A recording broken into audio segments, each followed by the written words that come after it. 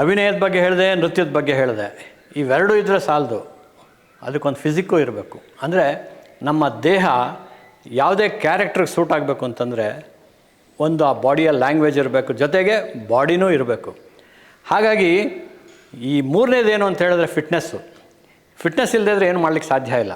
ಈಗಿನಗೆ fitness ಬಗ್ಗೆ ಭಾಳಷ್ಟು ಕಾಳಜಿ ಇರೋಂಥ ಒಂದು ಕಾಲ ಇದು. ಅದರಲ್ಲೂ ಸಿನಿಮಾ ರಂಗಕ್ಕೆ ಬೇಕಾದಂಥ ಖ್ಯಾತ ನಟರ, ಸೆಲೆಬ್ರಿಟಿಗಳ ಫಿಟ್ನೆಸ್ ಏನು ಮಾಡಿದ್ದಾರೆ, ಅವ್ರನ್ನ ತಯಾರು ಮಾಡಿದ್ದಾರೆ, ಅವರು ನಮ್ಮ ಸೂರ್ಯ ಅವರು ಕೂಡ ಈ ಆ್ಯಕ್ಟರ್ಸ್ ಅಖಾಡದಲ್ಲಿ ನೀವು ಬರೀ ನೃತ್ಯ ಅಭಿನಯ ಕಲಿಯೋದಷ್ಟೇ ಅಲ್ಲ, ಜೊತೆಗೆ ನಿಮ್ಮನ್ನು ಫಿಟ್ನೆಸ್ಗೂ ಕೂಡ ತೊಗೊಂಡೋಗ್ತಾರೆ ಅವರು.